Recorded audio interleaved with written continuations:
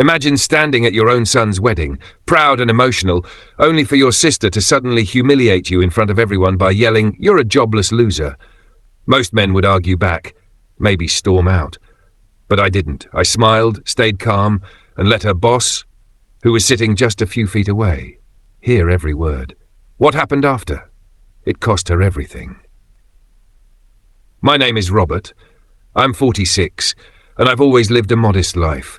I run a small carpentry business out of my garage, and while it doesn't make me rich, it pays the bills and keeps food on the table. My wife Linda and I raised 2 wonderful kids, and I've always believed that happiness isn't measured by the size of your paycheck. But my younger sister Claire never saw it that way. At 42, she worked in corporate finance, wore expensive designer clothes, and loved to remind everyone how successful she was. She had this need to look down on me, calling me lazy, unambitious, and the poor brother. I usually ignored her, but deep down, her words always stung. Still, I never expected her to cross the line at the most important day of my life, my son Daniel's wedding. The ceremony itself was beautiful. Daniel looked so sharp in his tux, and his bride Sarah was radiant. The reception hall was buzzing with laughter, clinking glasses and music. Family, friends, and co-workers filled the room, including, by coincidence, Claire's boss, Mr. Thompson. He was invited because Sarah worked at the same company, and he wanted to support her. Everything was going perfectly, until Claire decided to make a scene. She strutted over to me with a champagne flute in her hand, her sequin dress sparkling under the lights. With that familiar smug grin plastered on her face, she leaned close and said loudly enough for half the room to hear, "Well, look at my big brother. Still the same jobless loser, huh?" The room went quiet. Forks paused mid-air. Guests turned their heads. Even my son's in-laws looked shocked. My heart sank. On the happiest day of my son's life, my own sister was trying to humiliate me in front of everyone. I forced a calm smile. "Enjoying yourself, Claire?" I asked softly. She smirked. "Don't be so sensitive, Rob. I'm just speaking the truth. Some of us made it in lathers, well, not so much." I felt heat rise in my chest, but then I noticed something. Her boss, Mr. Thompson, sitting just one table away. He had paused mid-drink, eyes fixed on us, clearly listening. That's when the idea hit me. Instead of snapping back, I chuckled and raised my voice just enough. "You know, Claire, you're right. I don't wear suits every day, and I don't work in some high-rise office.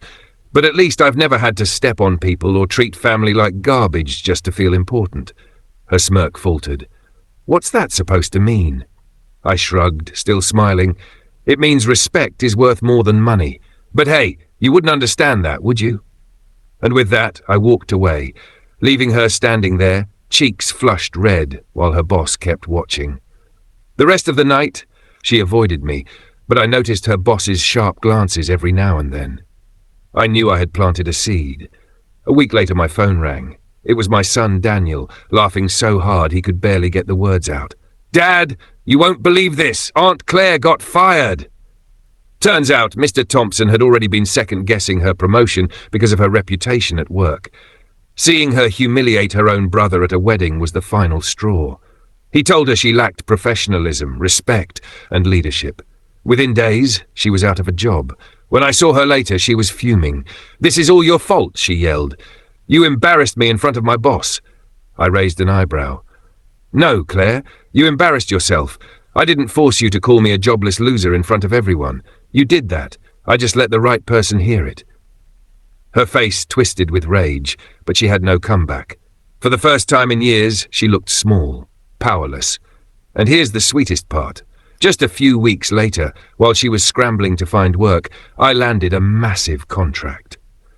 Sarah's parents, who had witnessed everything that night, asked me to remodel their home. My business skyrocketed from there.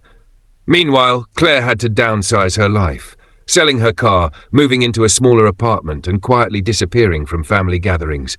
Her arrogance had destroyed her career, while my so-called jobless loser life turned out just fine. Claire thought she could humiliate me at my son's wedding. Instead, she humiliated herself, got fired, and lost everything she bragged about. And that was my revenge.